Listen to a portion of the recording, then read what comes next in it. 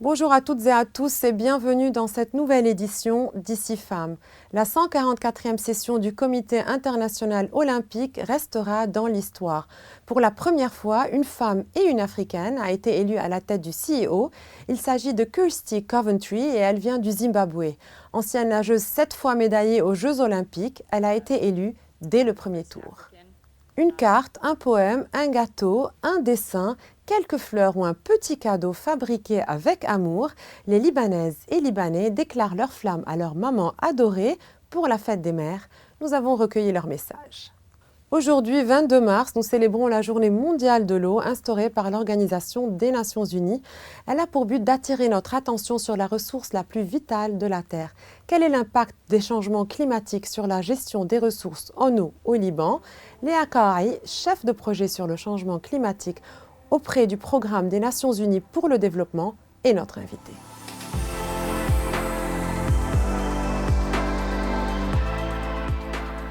Léa Kawaï, merci d'être avec nous.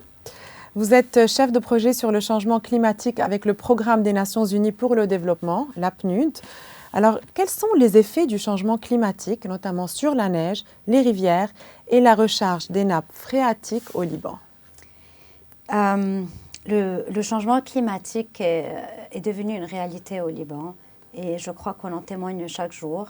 Soit il fait trop chaud en février, soit il fait trop froid en avril, soit il pleut pas, soit il pleut en averse. Et c'est au fait exactement ces événements extrêmes qui définissent le mieux le changement climatique. Et cela a un impact majeur sur les ressources en eau au Liban. D'un côté, la hausse en température accélère la fonte des neiges et raccourcit la durée des neiges dans les zones montagneuses. Et d'un autre côté, les pluies irrégulières ils réduisent le débit des rivières et l'infiltration de l'eau dans les nappes phréatiques.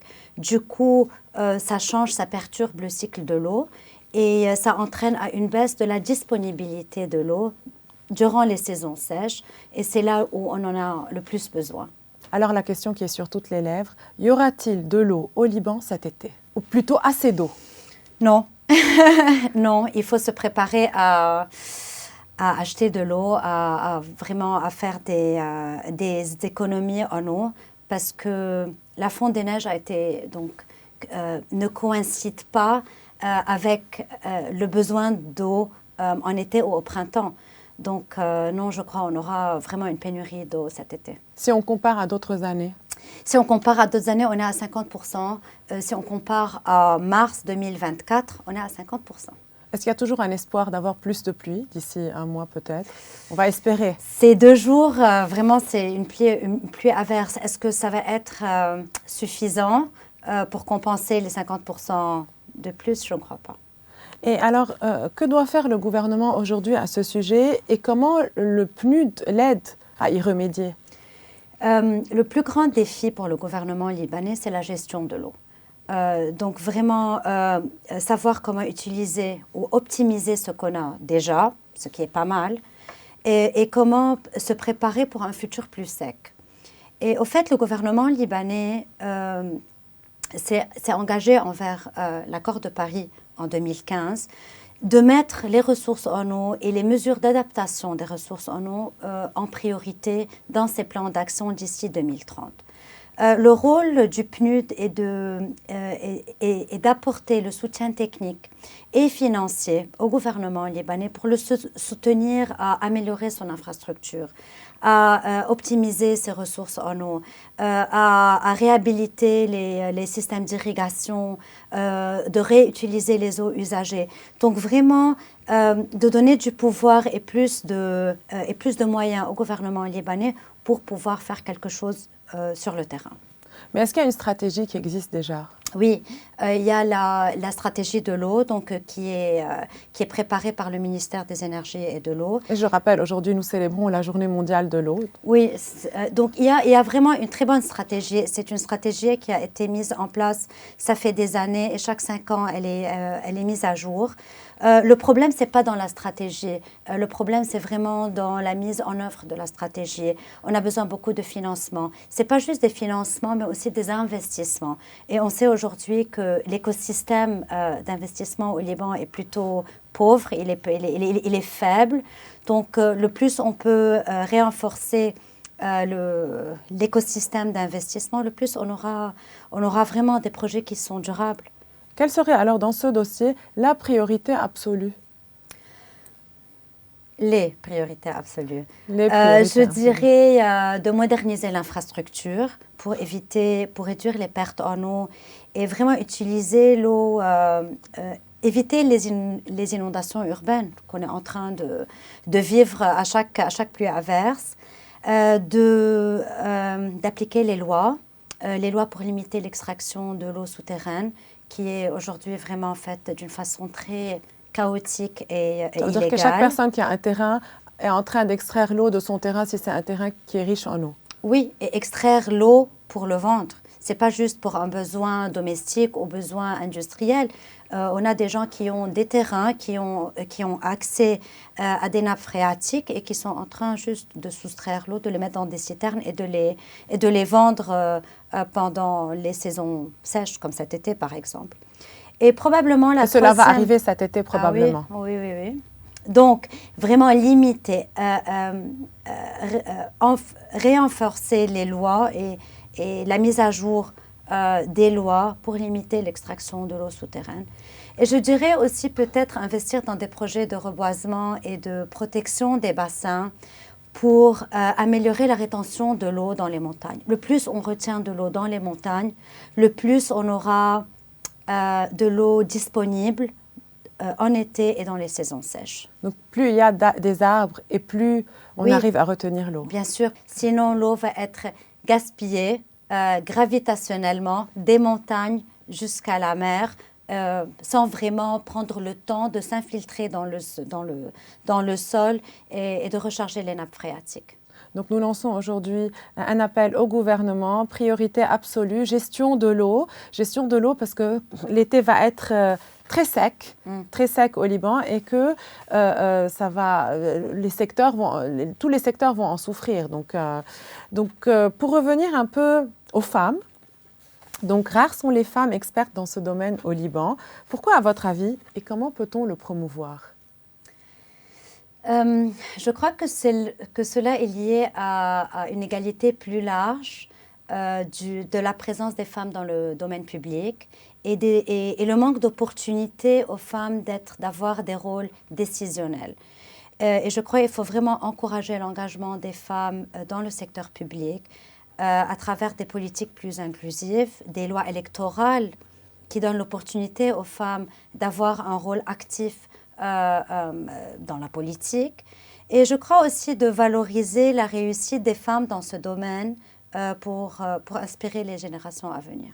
Merci beaucoup Léa Kaï d'avoir été avec nous. Nous lançons ensemble, nous réitérons cet appel au gouvernement de donner la priorité absolue au dossier de l'eau. Merci d'avoir été avec nous aujourd'hui en cette journée mondiale de l'eau. C'est la journée mondiale de l'eau, mais c'est également la fête des mères au Liban. Alors une carte, un poème, un dessin, quelques fleurs ou un petit cadeau fabriqué avec amour. Les Libanaises et Libanais déclarent leur flamme à leur maman adorée pour la fête des mères. Nous avons recueilli leur message. Maman, en cette journée de fête des mères, je ne serai pas avec toi. Tu vas beaucoup me manquer. Et je voulais te dire combien je t'aime, combien tu es importante pour moi et combien tu as fait de moi la femme que je suis aujourd'hui. Merci maman. Le 21 mars, c'est une journée très spéciale pour moi. En ce jour, je me rappelle de mon enfance, des jolis, meilleurs et pires moments avec ma mère. À Hélène, je te souhaite une bonne fête. Merci beaucoup pour tes conseils. Merci beaucoup pour les jolis mots, Taobrine, Habibit Elbe. Et merci d'être la teta la plus gentille. Je t'aime. Bisous. I'm lucky to have not just one, but two moms. Yani, the mom who raised me and my mom who gave birth to me. And in a way, they both made me the woman that I am today. I can't put into words how much their presence gave me a foundation to the person I am today. La première personne que j'appelle le matin, c'est toi, maman. Tu me donnes ta bénédiction pour la journée. Tu as une foi incroyable et tu m'as toujours dit de ne jamais perdre espoir. Tu as toujours été là pour moi, maman. Tu es ma force, mon refuge et mon inspiration. Je t'aime, bonne fête des mères à toi et à toutes les mamans. Si elle était là, je lui dirais qu'elle est toujours présente avec moi. On faisait les choses ensemble et maintenant je suis toute seule, mais elle est toujours là. Ma maman a joué un rôle clé dans mon succès. C'est elle qui m'a appris à cuisiner, c'est elle qui m'a appris comment manger, quoi mélanger, comment avoir un mets bien équilibré. C'est elle qui m'a appris tout ce que je connais dans la cuisine. Si elle était toujours vivante, j'aurais été avec elle à Batchic-sur-Mer manger un poisson un dimanche après-midi. C'était toujours les dimanches, c'était toujours ça. Elle voulait être à côté de la mer pour avoir un poisson. Et malheureusement, j'ai ouvert Batchic-sur-Mer après son décès. Et puis notre focus santé à l'occasion de la fête des mères, le gel des ovocytes pour devenir mère plus tard, c'est possible grâce à la science. Pourquoi, quand et comment? Dr Gaëlle Abouranam, gynécologue à l'hôpital Bellevue, répond à nos questions.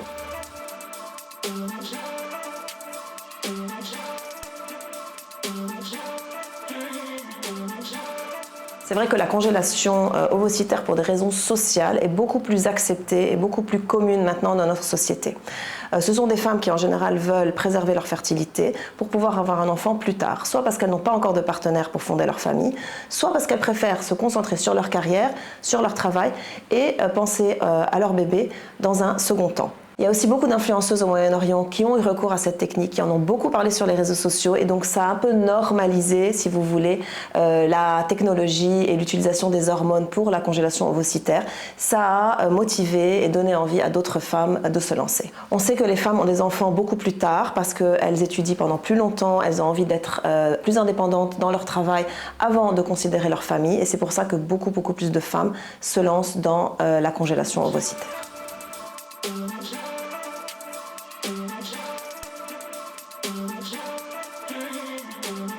Donc la procédure, c'est en fait une simulation ovarienne qui se fait à partir de petites injections d'hormones pendant une dizaine de jours. Donc ça c'est fait très simplement à la maison, tous les soirs en rentrant du travail. Et ensuite, nous, on fait des échos 2 ou 3 fois pendant le traitement pour voir la taille des follicules, donc la taille des petits sacs où on trouve l'œuf. Une fois que les follicules sont arrivés à la bonne taille, donc à la taille que nous on estime mature, alors on va faire la ponction ovocytaire. Ça a lieu soit à l'hôpital, soit dans un centre de fertilité, sous anesthésie. C'est une procédure qui prend vraiment 3, 5 à 10 minutes maximum, sans douleur parce que c'est sous anesthésie. Et ensuite la patiente peut rentrer tranquillement chez elle. Elle aura maximum un petit peu de douleur de règles et c'est tout.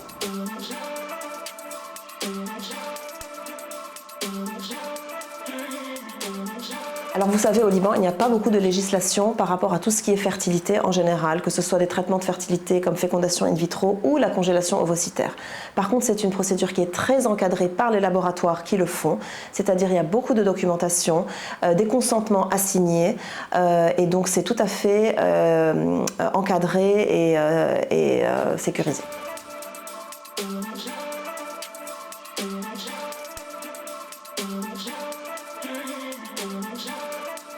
Oui, tout à fait. C'est un petit peu une révolution féministe parce que ces femmes, maintenant, elles peuvent prendre le contrôle de leur corps et prendre le contrôle de leur fertilité. J'ai beaucoup de patientes, une fois qu'elles font la procédure, en fait, elles sont soulagées. C'est comme si c'était un poids en moins. Par contre, il faut se souvenir que c'est quelque chose qu'il faut faire le plus tôt possible, donc avant 35 ans. Sinon, on n'aura pas les résultats escomptés. Et aussi, il ne faut pas mettre trop la pression sur les femmes. Il y a des femmes qui ne veulent pas devenir mères, qui ne sont pas intéressées par cette procédure. Et aussi, c'est tout à fait acceptable de vouloir rester femme sans devenir mère.